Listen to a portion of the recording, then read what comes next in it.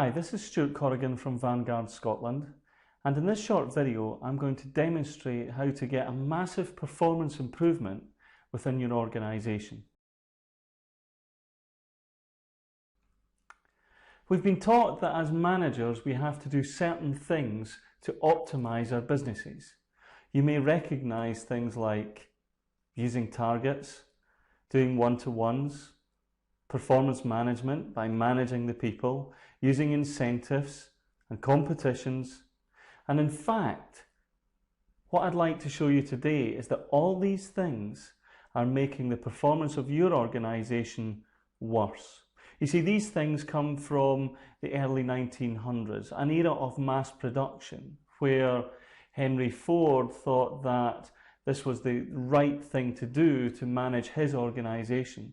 However, in 2010, when there's much greater variety and the customer has a much greater say in the output of the organisation, this outdated management style will actually make performance of the organisation worse, not better.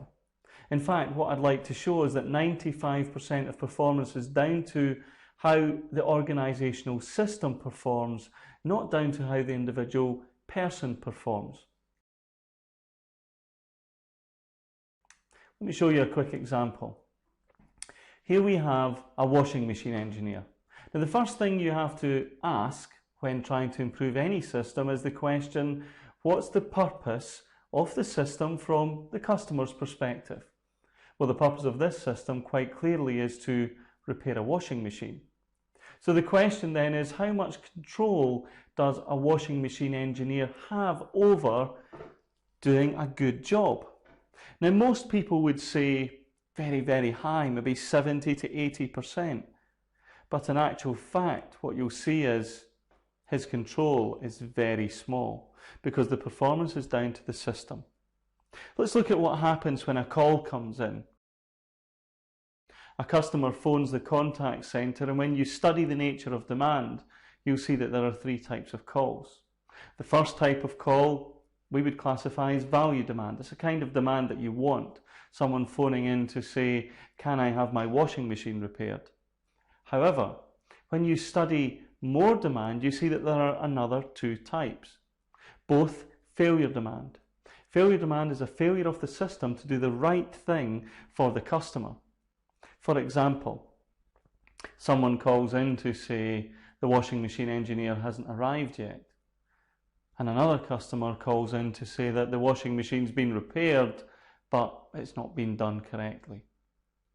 When you study demand, you see that around 70% of the calls look like this. As a result, call volume is increasing and also costs are increasing.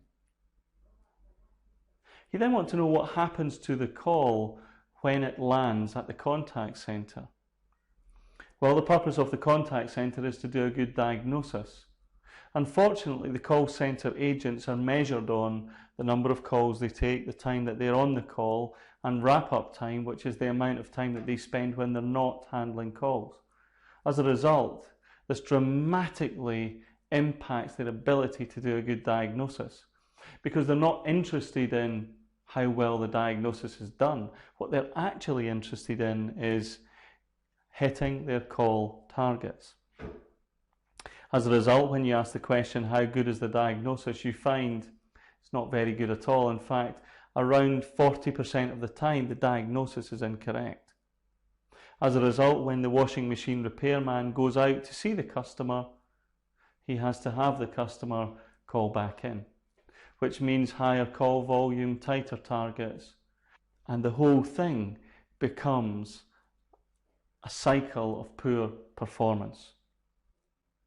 The next step in the process is that the washing machine repair engineer goes to collect the parts. What do you think the parts managers will be measured on? Well, they're measured on having the least amount of parts available. In other words, managers believe that if we use incentives, that will improve performance. Actually, again, it's made performance worse. It's made performance worse because managers are now focused on having the least amount of parts.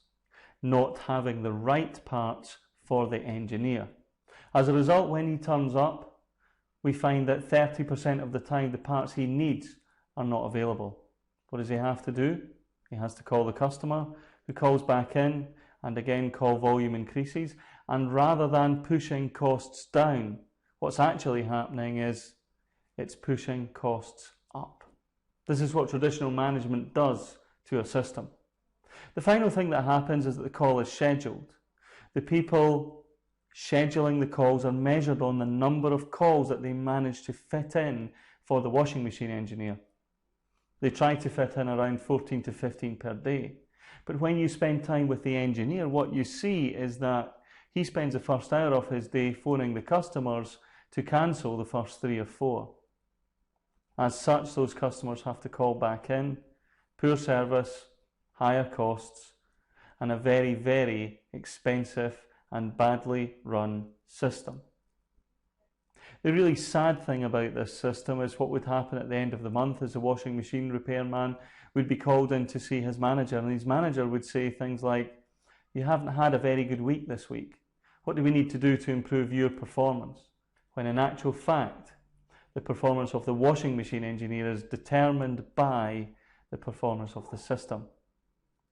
As you've just seen, he has very little control over how good a job he does. In fact, in the 1940s, Deming, the quality guru, said 95% of performance is down to the system, not the people. Therefore, there's no point in doing things like one-to-ones, using incentives, using targets, using competitions to improve performance, because performance is down to the system. If you'd like more information on how to optimize your organization, go to our website at systemsthinkingmethod.com, and you'll find ideas and insights and case studies there that can help you take your organization to the next level. Thank you very much.